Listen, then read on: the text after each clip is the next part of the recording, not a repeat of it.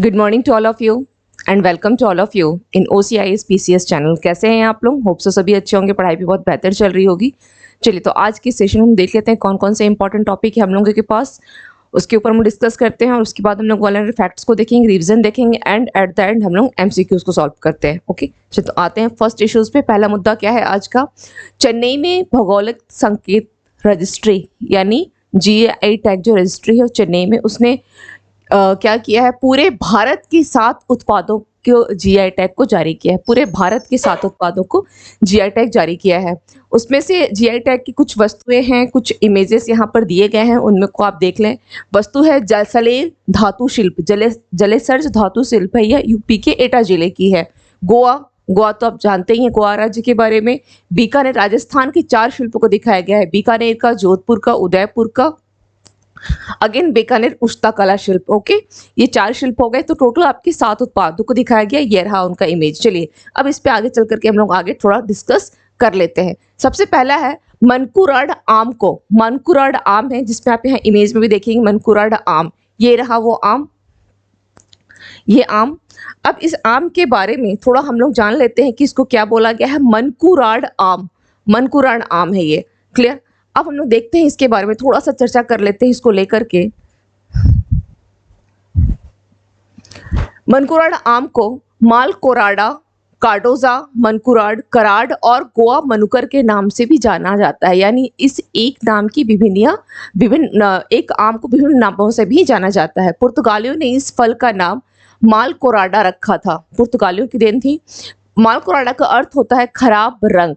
समय के साथ यह कोंकणी में मानकुराद आमो यानी आम बन गया। नेक्स्ट है बेबिनका को गोवा डेजर्ट की रानी के रूप में भी जाना जाता है। यह एक क्या है, पारंपरिक इंडो पुर्तगाली हलवा है जो आप इमेज में यहाँ पर देख रहे हैं। ये है हलवा, ओके, जिसको हम लोग बोल रहे हैं बेबिनको। बेबिनको ये भी कहाँ की है? गोवा की है, ये भी गोवा की है। तो इसे क्या बोला गया है? गोवा डेजर्ट की रानी के रूप में भी जाना जाता है। नेक्स्ट है जलेसर। जलेसर कहाँ की है? बाकी आपने तो भी गोवा का देख लिया, लेकिन जो जलेसर है यह आपका यूपी के एटा जिले का, यूपी एटा, यूपी में एक डिस्ट्रिक्ट है एटा, एटा जिले का एक स्थान है जलेसर, जो नाम है, जगह का नाम है जलेसर। वहाँ के धातु शिल्प में घुंघरू यानी पायल, घंटी और अन्य सजावटी धातु शिल्प और पीतल के बर्तन शामिल हैं। ये उत्पाद ठटेरास एक समुदाय है उनके द्वारा बनाए जाते हैं। तो ये जो समुदाय है इसकी स्पेशलाइजेशन आपको यूपी में ये पूछ सकता है। तो किसकी है? ठटेरास समुदाय के द्वारा। बीकानेर का देख लेते हैं। बीकानेर राजस्थान का काशीदाकारी शिल्प कपास, रेशम या मखमल पर बनाया जाता है। इसे विभिन्न प्रकार के बारीक टांके और दर्पण कार्य के साथ बनाया गया है। इसके अलावा यह मुख्य रूप से विवाह से जुड़ी वस्तुओं, विशेषकर उपहार वस्तुओं के लिए बनाया गया है। ऐसा माना जाता है कि दर्पण बुरी नजर को दूर करता है। इसके बाद है जोधपुर बंदेज शिल्प। यहाँ पर आप देख रहे हैं, आप लोगों में से बहुत लोग परिचित होंगे जोधपुर की जो बंदेज साड़ी होती है, बंदेज सूट होता है, बंदेज दुपट्टा होता है, जिसमें बंदेज काफ़ी जो महिलाएं हैं, गर्ल्स हैं, वो इस चीज़ से अवगत होंगी। बंदेज जो आप देखते हैं काफ़ी सुंदर दिखता भी है, बंदेज की साड़ी हो, बंदेज की सूट हो, बंदेज का दुपट्टा आता है। तो ये क्या है, इसमें होता है क्या है थोड़ी थोड़े से कपड़ों को लेकर के ऐसे बांध दिया जाता है, बंदेज बांध दिया जाता है, और फिर उन धागों को, जिस धागों से बांधा जाता है उसको फिर बाद में खोल दिया जाता है। जब कंप्लीट वो तैयार हो जाता है, उन धागों को खोल दिया जाता है, तो उस पर वो शेप आ जाती है बंधे वाली, इसलिए उसको बोला गया है बंदेज। बंदेज ये बांधने और रंगने की राजस्थानी कला है। हालांकि इसका जो कलर भी दिया जाता है वो कलर भी कपड़ों से क्या होता है, निकल जाता है। कच्चा कलर तो वो धोने के बाद वो निकल भी जाता है। इसके अलावा बंदेज राजस्थान के सबसे प्रसिद्ध कपड़ा कला के रूप में से एक है। बंदेज के लिए मलमल, रेशम और वॉयल कपड़े का उपयोग किया जाता है। तो ये हो गए कुछ उत्पाद जो आपको GI टैग दिया गया है। अब आते हैं हम लोग बीकानेर उस्ता कला शिल्प पर। इसके लंबे समय तक बने रहने वाले सुनहरे रंग के, यहाँ पे आप एक इमेज देख रहे हैं ऊँट की, सुनहरे रंग की प्रमुखता के कारण इसे सोना नक्काशी या सोना मनोती वर्क भी कहा जाता है। डैपगर सामुदायिक उस्ता के लिए, डैपगर समुदाय कौन सी है? डैपगर समुदाय जो है यह उस्ता के लिए। अनुचारित कच्ची ऊंट की खाल को संसाधित करता और ढालता है। चलिए, ये हो गए जीआई टैग को लेकर के ये 7 उत्पाद का नाम को ध्यान रखना है। अब हम लोग आते हैं नेक्स्ट है, बुनियादी साक्षरता को बढ़ावा देने के लिए सरकार ने क्या किया है, उल्लास एक मोबाइल एप्लीकेशन उसको लॉन्च किया है। तो सबसे पहला सवाल, उल्लास का संबंध किससे है? बुनियादी साक्षरता को बढ़ावा देने के लिए या एजुकेशन से उल्लास का संबंध है। एनईपी की जो national education policy, NEP national education policy, राष्ट्रीय शिक्षा नीति 2020 में राष्ट्रीय शिक्षा नीति आई थी। इसकी तीसरी वर्षगांठ पर अखिल भारतीय शिक्षा समागम, ये क्वेश्चन भी बनता है आपका, ये अखिल भारतीय शिक्षा समागम कहां पर किया गया था? नई दिल्ली में हुआ। उद्घाटन किसके द्वारा किया गया था?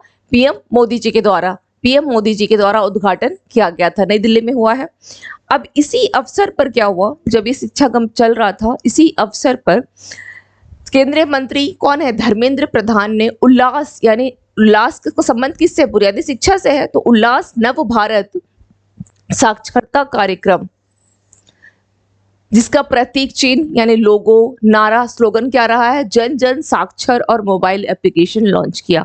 कब इन्होंने लॉन्च किया है? जब एनईपी की तीसरी वर्षगांठ थी, राष्ट्रीय शिक्षा नीति की, नेशनल पॉलिसी की जब तीसरी वर्षगांठ पर किसके द्वारा? धर्मेंद्र प्रधान के द्वारा इस मोबाइल एप्लीकेशन को लॉन्च किया गया है। उल्लास का फुल फॉर्म क्या है? फुल फॉर्म अगर बोला जाए उल्लास का तो क्या है? Understanding life long learning for all in society, पहल बुनियादी साक्षरता के लिए। बस इसमें एक वर्ड ध्यान रखिएगा, ये बुनियादी साक्षरता के लिए है, एवं महत्वपूर्ण जीवन कौशल। अगर साक्षरता है तो आजकल क्या कर रही है गवर्नमेंट, एजुकेशन के साथ साथ आपकी स्किल डेवलपमेंट की भी बात हर जगह कर रहा है। अगर क्वेश्चन कभी आता है नहीं समझ में आया तो वहां पर आप इसको ऐसे भी ऐड कर देंगे कि हाँ, कौशल इसमें जो है, इसमें जीवन कौशल के बीच के अंतर को दूर कर हर व्यक्ति को सुलभता से सीखने के इकोसिस्टम को बढ़ावा देकर देश भर में शिक्षा के क्षेत्र में क्रांति लाने के लिए यह तैयार है। तो बेसिकली उल्लास का संबंध है बुनियादी साक्षरता को बढ़ावा देने से। ये एक कीवर्ड भी आप ध्यान रख सकते हैं। यह कार्यक्रम 15 वर्ष और उससे अधिक आयु के उन नागरिकों को बुनियादी शिक्षा, डिजिटल एवं वित्तीय साक्षरता तथा महत्वपूर्ण जीवन कौशल से लैस कराता है, जो स्कूल जाने के अवसर खो चुके हैं। तो किससे है? 15 वर्ष और उससे अधिक आयु के लिए, 15 वर्ष और उससे अधिक आयु के लिए किस? बुनियादी शिक्षा, बुनियादी साक्षरता, इसे स्वयं सेवी भावना के जरिए क्रियान्वित किया जा रहा है। नेक्स्ट मुद्दा देख लेते हैं, क्या है? भारत का पहला स्वदेशी रूप से विकसित एमआरआई, भारत का ये पहला स्वदेशी रूप से विकसित है, ये ध्यान रखना है। स्कैनर कहां पर? नई दिल्ली में। केंद्रीय मंत्री कौन है? जितेंद्र सिंह के द्वारा लॉन्च किया गया है। इससे क्या होता है, एक्चुअली एमआरआई की जो तकनीक थी हमारी, जो अगर देखा जाए विश्व की जो 70% अगर पॉपुलेशन जो है वो इस पद्धति तक नहीं पहुंच पाती थी। क्यों? क्योंकि एक्चुअली महंगा बहुत है। अभी तक क्या होता था कि इसकी जितनी भी चीजें हैं, ये स्वदेशी रूप से विकसित तो था नहीं, बाहर से चीजें आती थी तो काफी महंगी पड़ती थी, काफी महंगा हो जाता था। तो लोग एमआरआई को, अगर कोई पद्धति जैसे एक्सरे वगैरह लोग जितनी आसानी से पहुंच जाते हैं, एमआरआई तक पहुंचना, मतलब उस पद्धति से थोड़ा सा दूर रहना चाहते थे, क्योंकि ये क्या है? कॉस्टली है। अब क्या किया गया है? जब ये स्वदेशी रूप से विकसित किया गया तो क्यों किया गया? इसका मकसद क्या रहा? इससे क्या होगा? अंतर्राष्ट्रीय बाजार से एमआरआई स्कैनर खरीदने में होने वाले जो पूंजी निवेश है वो भी काफी हद तक कम हो गई। और क्या होगा? इससे काफी विदेशी मुद्रा की भी बचत होगी। ठीक है, नेक्स्ट हम लोग देख लेते हैं कंप्यूटर टोमोग्राफी, यानी सीटी स्कैन हो गया, एक्सरे हो गया या अल्ट्रासाउंड हो गया, जैसी जो भी आपके अब देख लेते हैं इमेजिंग जो प्रविधि होती थी, उसकी तुलना में एमआरआई स्कैनर तक पहुंचना जो है सामान्य रूप से 3 गुना कम है। सामान्य रूप से क्या होता है? एमआरआई के कंप्यूटर देखेंगे तो सामान्य रूप से 3 गुना कम है। इसका कारण है इसकी अत्यधिक उच्च पूंजीगत लागत है, जो भारत जैसे विकासशील देशों में एक समस्या रही है। ओके, तो अब क्या किया गया है? इसको एमआरआई को स्वदेशी रूप से विकसित किया गया है। केंद्र ने प्रोजेक्ट टाइगर डिवीजन को प्रोजेक्ट एलिफेंट के साथ विलय कर दिया है। प्रोजेक्ट टाइगर डिवीजन को प्रोजेक्ट एलिफेंट के साथ, यह डिवीजन का नाम, और डिवीजन का नाम क्या रखा है, जब विलय कर दिया है तो डिवीजन का नाम रखा गया है project tiger and elephant division. PM Modi इसके अध्यक्ष, उसके अध्यक्ष कौन होंगे, राष्ट्रीय वन्यजीव बोर्ड के अध्यक्ष पीएम मोदी हैं। राष्ट्रीय वन्यजीव बोर्ड के अध्यक्ष पीएम मोदी। इसके अलावा और क्या देख लेते हैं इसमें, भारत बेंगलुरु में 5वें विश्व कॉफी सम्मेलन WCC की मेजबानी कर रहा है। भारत क्या कर रहा है, बेंगलुरु में क्या हो रहा है, 5वां विश्व कॉफी सम्मेलन यानी वर्ल्ड कॉफी कॉन्फ्रेंस WCC की मेजबानी कर रहा है। भारत एशिया में पहली बार WCC की मेजबानी करेगा, ये एक इंपॉर्टेंट पॉइंट है, ध्यान रखिएगा। एशिया में पहली बार भारत क्या कर रहा है, एशिया में पहली बार WCC की मेजबानी कर रहा है, और कहाँ हो रहा है, यह बेंगलुरु में 5वें विश्व कॉफी सम्मेलन की मेजबानी करेगा। 5वां है, तो इससे पहले कहाँ कहाँ हुआ था और कब कब हुआ है देख लेते हैं। टेनिस खिलाड़ी कौन है, रोहन बोपन्ना, इनको क्या बनाया गया है, ब्रांड एम्बेसडर। इस WCC 2020 का ब्रांड एम्बेसडर घोषित किया गया है। और इस सम्मेलन का विषय क्या रखा गया है, चक्रीय अर्थव्यवस्था और पुनर्योजी कृषि के माध्यम से स्थिरता। WCC इससे पहले लंदन, ब्राजील, ग्वाटेमाला और इथोपिया कब कब किया गया है, लंदन में 2001 में हुआ है, ब्राजील में 2005 में, अगेन 2010 एंड इथोपिया में 2016, और अभी 2023 में ये कहाँ किया गया, बेंगलुरु में। 2023 में यह बेंगलुरु में किया जा रहा है। अंतर्राष्ट्रीय कॉफी संगठन संयुक्त राष्ट्र के तत्वावधान में 1963 में स्थापित एक निकाय है। इसका मुख्यालय लंदन यूके में है।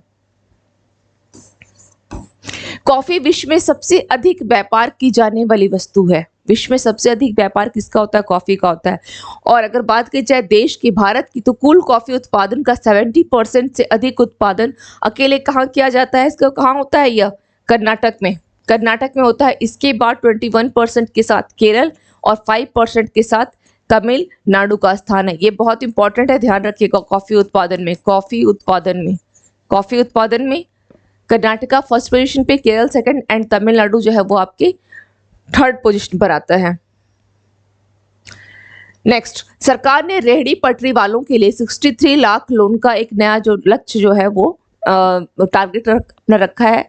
जो रेहड़ी पटरी यानी स्ट्रीट वेंडर्स, रेहड़ी पटरी का मतलब क्या हो गया, स्ट्रीट वेंडर्स के लिए अगेन क्या किया है, 63 लाख लोन का एक नया लक्ष्य रखा है। देख लेते हैं थोड़ा इसके बारे में। दिसंबर 2023 तक, और इसे लक्ष्य है कब तक, दिसंबर 2023 तक, यानी अब इसमें 6 महीने से भी कम समय रह गया है जब सरकार क्या करेगी, 63 लाख नए लोन का यह वितरण करेगी। 63 लाख नए ऋण वितरित करने का लक्ष्य रखा गया है। इसके साथ साथ और क्या है, स्ट्रीट वेंडर्स को थोड़ा देख लेते हैं। प्रधानमंत्री स्ट्रीट वेंडर्स आत्मनिर्भर निधि यानी PM स्वनिधि 2020 में इसको लॉन्च किया गया था। और इस योजना के तहत क्या किया गया था कि जो स्ट्रीट वेंडर होंगे, जो रेहड़ी पटरी वाले होते हैं, सड़कों किनारे जो रेहड़ी पटरी लगाते हैं, उनको कितने की हेल्प कर रही थी सरकार, 10,000 रुपए की छोटी पूंजी प्रदान की जाती है। इसे कोविड महामारी के दौरान 10,000 रुपए के छोटे कार्यशील पूंजी ऋण के साथ स्ट्रीट वेंडरों को सहायता प्रदान करने के लिए लॉन्च किया गया था। कब, 2020 में। केरल के पूर्व विधानसभा अध्यक्ष कौन है, बक्कोम पुरुषोत्तम का तिरुवनंतपुरम में निधन हो गया है। केरल के ये कौन रहे हैं, पूर्व विधानसभा अध्यक्ष बक्कोम पुरुषोत्तम जी, इनका क्या हो गया, देहांत हो गया है तिरुवनंतपुरम में। नेक्स्ट है, अमेजन इंडिया ने क्या किया है, अमेजन इंडिया का एक क्या है, इसने क्या किया है, श्रीनगर का कौन सा है, डल झील पर पहला फ्लोटिंग स्टोर खोला है। आप ये इमेज देख रहे हैं, इस इमेज में फ्लोटिंग स्टोर का मतलब क्या है कि इसके द्वारा, ये जो इमेज में दिख रहा है, ये नाव के द्वारा डल झील में ये डब्बा देख रहे हैं अमेजन का किस तरह से अपनी सर्विस प्रोवाइड कर रहा है ना, अमेजन का सर्विस प्रोवाइड देख रहे हैं। तो अमेजन इंडिया ने क्या किया है, श्रीनगर के डल झील पर पहला फ्लोटिंग स्टोर खोला जाएगा। चलिए, इसके साथ ही हम लोग देख लेते किसके द्वारा है, ये भी ध्यान रखिएगा, अमेजन इंडिया का है, ये अमेजन इंडिया द्वारा किया गया है। Now come to the next. अब हम लोग देख लेते हैं कुछ रिविजन्स को। G20 एम्पावर शिखर सम्मेलन 1 अगस्त 2023 को गांधीनगर में शुरू किया गया, जिसका उद्घाटन किसके द्वारा किया गया था, स्मृति ईरानी। किसका उद्घाटन किसके द्वारा किया गया, गांधीनगर में शुरू हुआ तो उद्घाटन किया गया है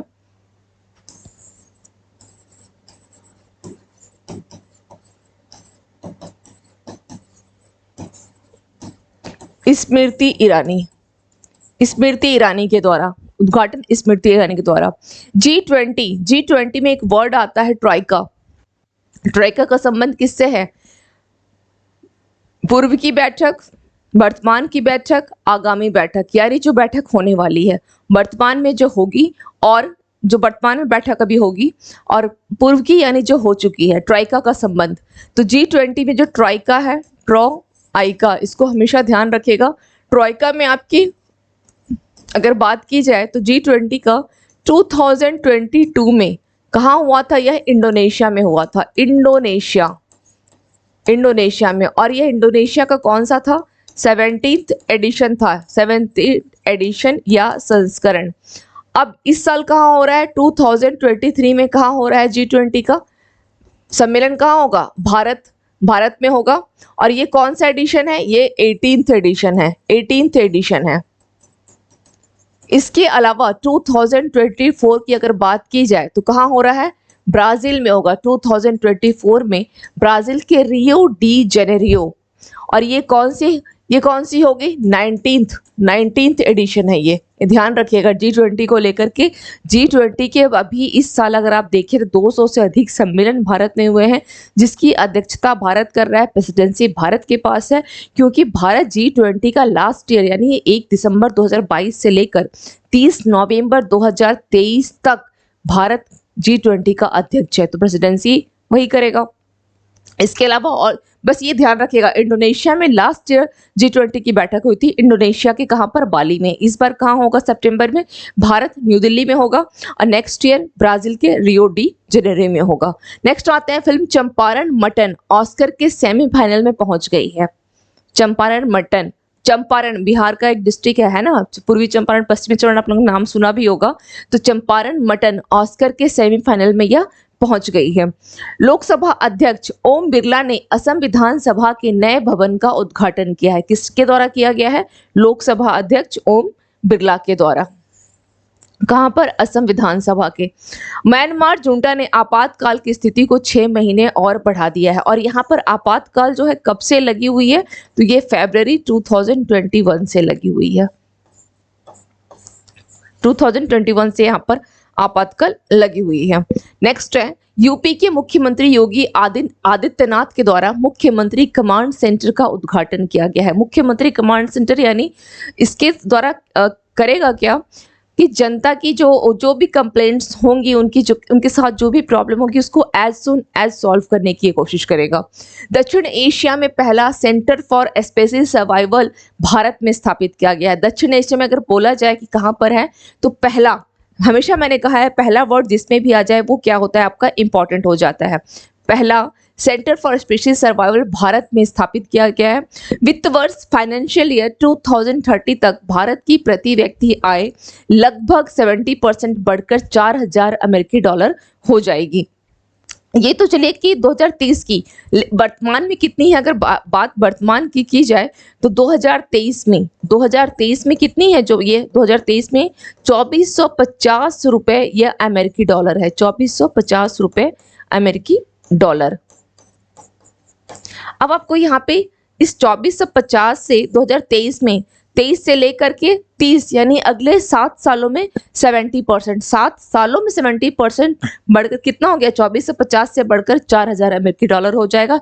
इसमें भी अगर आप देखेंगे वर्तमान में जो 2023 में प्रति व्यक्ति आय अगर डॉलर के हिसाब से देखते हैं तो तमिलनाडु क्या है? आपके फर्स्ट पोजीशन पर है तमिलनाडु, सेकंड में आपका महाराष्ट्र है, देन आपका कर्नाटका है।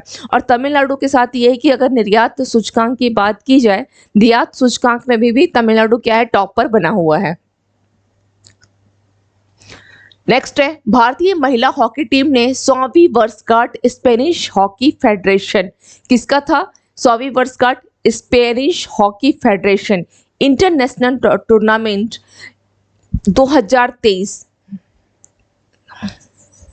2023 में जीता। तो जीता किसने है? भारतीय टीम ने जीता है, भारतीय टीम ने जीता। जीत किसकी हुई? भारत की हुई। और इसने किसको हराया है? तो स्पेन को हराया। तो इसकी मेजबानी किसने किया है? मेजबानी किसने किया? मेजबानी स्पेन के द्वारा की गई है। और स्पेन यहाँ पर क्या थी? दूसरे स्थान पर रही है। भारत यहाँ पर क्या थी? प्रथम स्थान पर रही थी। इसकी जीत हुई थी, स्पेन हारा था, बस इतना ध्यान रखना है। प्रोफेसर गणेशन कन्नीबरन NAAC के नए निदेशक बनाए गए हैं। रतन टाटा को महाराष्ट्र का पहला उद्योग रत्न पुरस्कार मिला है। महाराष्ट्र का पहला उद्योग रत्न पुरस्कार दिया गया है रतन टाटा को। इसके अलावा कुछ और देख लेते हैं, वर्ल्ड फैक्ट्स को देख लेते हैं।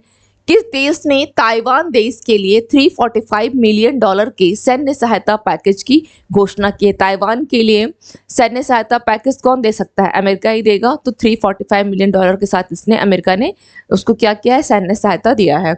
किस राज्य सरकार में क्या हुआ है? बाल श्रमिक विद्या योजना का विस्तार किया जाएगा, तो यूपी कर रही है। यूपी में एक्चुअली ये 20 जिलों में लागू था और करीब 2000 बच्चे ही इसके अंतर्गत अभी तक थे। अब यूपी ने क्या किया है? यूपी की जितने भी यूपी में टोटल जिले हैं 75, यूपी में टोटल 75 डिस्ट्रिक्ट्स हैं। तो यूपी सभी जिलों में क्या कर रहा है? और टारगेट किया है इसने 5000 बच्चों का, 5000 बच्चों का इसका टारगेट है। तो इन 5000 बच्चों को क्या करना है कि बाल श्रमिक विद्या योजना, यानी इनको भी क्या करना है? शिक्षा उपलब्ध कराना है। बाल श्रमिकों को शिक्षा उपलब्ध कराना है। तो इसके लिए विस्तार किया जाएगा। किसकी स्कीम है यह? यूपी की है, यूपी गवर्नमेंट की है। इंग्लैंड के किस क्रिकेटर ने अंतर्राष्ट्रीय क्रिकेट से संन्यास की घोषणा की है? तो स्टुअर्ट ब्रॉड ने। Now come to the next point. किसने भारतीय राष्ट्रीय कृषि सहकारी विपणन संघ नाफेड के MD के रूप में अतिरिक्त प्रभार ग्रहण किया है? रितेश चौहान ने। बिहार राज्य और एशियाई विकास बैंक यानी ADB के बीच कितने ऋण समझौते पर हस्ताक्षर किए गए हैं? $295 मिलियन। और किसके लिए किया गया है? बिहार राज्य इसका लेकर के क्या करेगा? ADB का काम क्या होता है? आप यहाँ पे देख रहे हैं, एक वर्ड लगा हुआ है विकास, है ना। तो बिहार जो है अपने राज्य राजमार्ग के डेवलपमेंट के लिए, किसके लिए? राज्य राजमार्ग के डेवलपमेंट के लिए। ओके, इसके राज्य राजमार्ग डेवलपमेंट के लिए कितना है? $295 मिलियन। और ADB की बात की जाए तो इसका एस्टेब्लिशमेंट कब हुआ था? यह हुआ था 19 दिसंबर 1966 पे। इसका हेडक्वार्टर कहाँ है? ADB का हेडक्वार्टर मनीला। मनीला किसकी राजधानी है? फिलीपींस की, मनीला।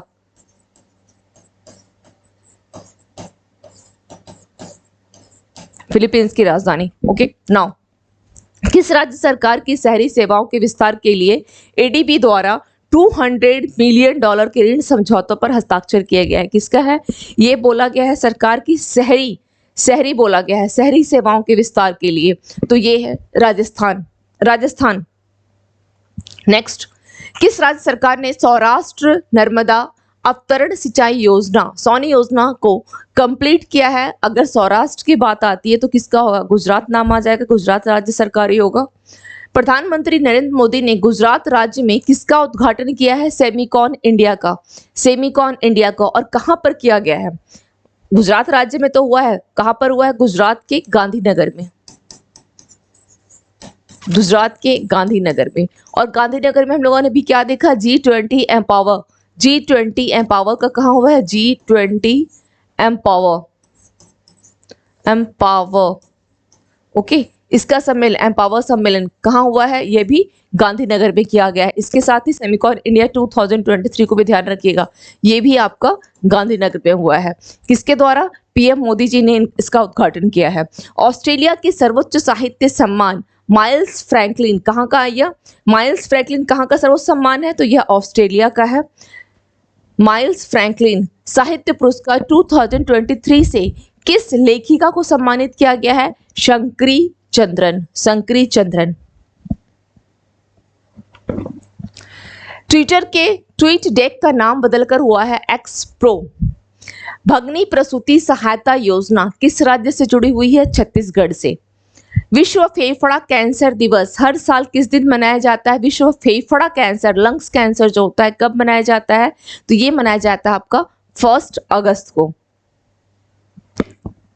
नाउ अब हम लोग देख लेते हैं MCQs। अमेजन इंडिया द्वारा पहला फ्लोटिंग स्टोर किस राज्य या केंद्र शासित प्रदेश में खोला जाएगा? जम्मू कश्मीर, गुजरात, लद्दाख, हिमाचल प्रदेश। तो क्या होगा ये? जम्मू कश्मीर। कहां पर? श्रीनगर के डल झील में। कहां पर किया जा रहा है? श्रीनगर कि कौन सा है? डल झील में। नेक्स्ट क्वेश्चन, कौन सा कथन सही है? हर साल 1 अगस्त को विश्व फेफड़े का कैंसर दिवस मनाया जाता है। बिल्कुल सही है।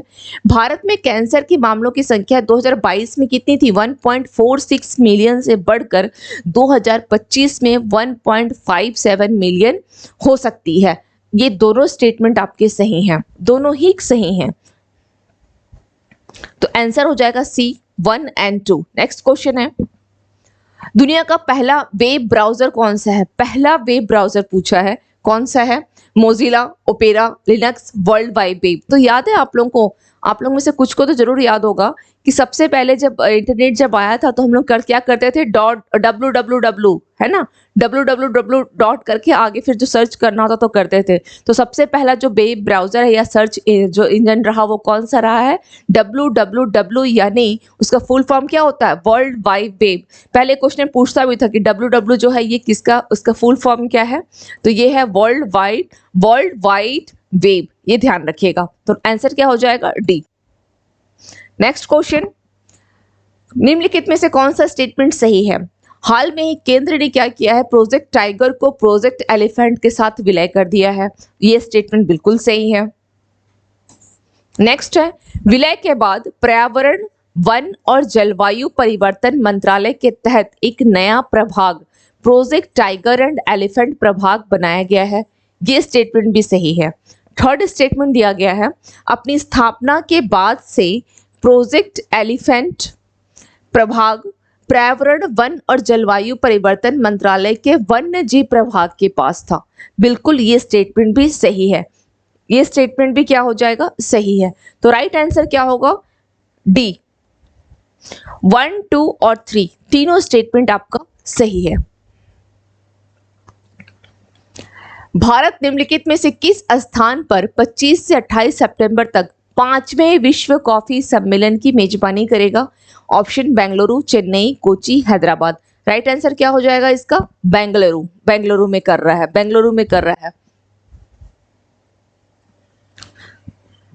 सरकार ने रेहड़ी पटरी वालों के लिए यानी स्ट्रीट वेंडर्स के लिए 63 लाख लोन का नया लक्ष्य रखा है। पीएम स्वनिधि योजना किस वर्ष शुरू की गई थी? पीएम स्वनिधि 2021, 2020, 2019, 2018। तो राइट आंसर क्या हो जाएगा? 2020 में, जब कोरोना टाइम था, कोरोना काल जब था, उस समय में इसको आरंभ किया गया था। नेक्स्ट क्वेश्चन देख लेते हैं क्या है।